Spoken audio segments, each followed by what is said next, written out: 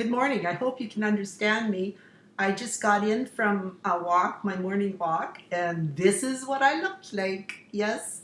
Well, the mask is not only for COVID. I discovered the landscapers are active and I could walk safely with the dust in the air. So I'm starting a new video for you, and I just wanted to say hi as usual. Have a wonderful day. Well, as you see here, I did it again. I did the Outback Vision Protocol again, and I started on May 18th. I just finished my 29 days, and I'm here to report to you that no, I didn't get much change in my vision. But what I did get a change in was that I had really bad hair loss.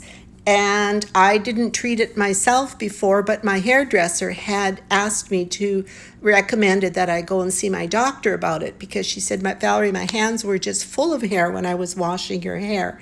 So, company happened and COVID happened, and I didn't get to see my doctor about it. But all of a sudden, I realized there was no more hair on my pillows or in the bathroom. And I was doing this program with my daughter again, taking all of the smoothie ingredients over to her on a daily basis.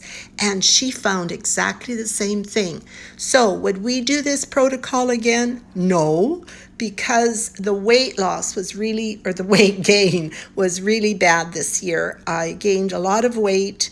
And as I said, there was no improvement in my vision as far as my glasses, but I'm sure I can find another protocol that will help me or continue to help me. But this one, I'm going to say goodbye to, and we'll report on the next thing that I find that really works well for my 63 steps to better health. So what's coming up in June? Well, I'm starting a new food protocol, which we'll share, and I'll be working on my adult book. I'm in the editing stage. I hope it will be up on the market soon.